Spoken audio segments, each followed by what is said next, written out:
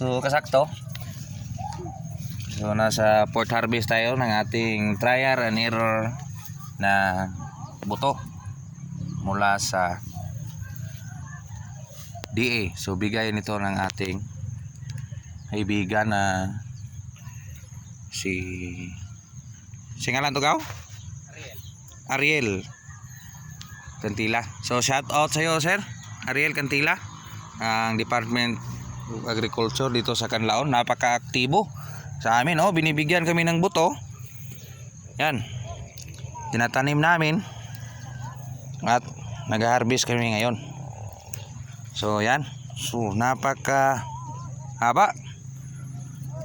Oh, tingnan nyo. Napakahaba. So marami kaming harvest guys, oh. Ayun, oh. Yan.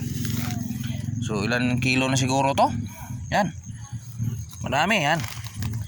Almost mga 20 kilos. So sa isang harvestan 20 kilos. Yung interval nito nasa isang araw lang harvest 20 kilos. So isang linggo 6 na araw. So ito. So nasa 3 harvest, 3 times 20. So 60 kilos isang linggo harvest nating sitaw. So hindi ka makapaniwala guys, no? Ilang puno lang to. Oh. Yan.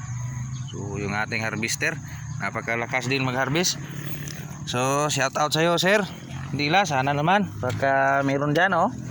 Oh, so napakaganda ng variety binigay mo.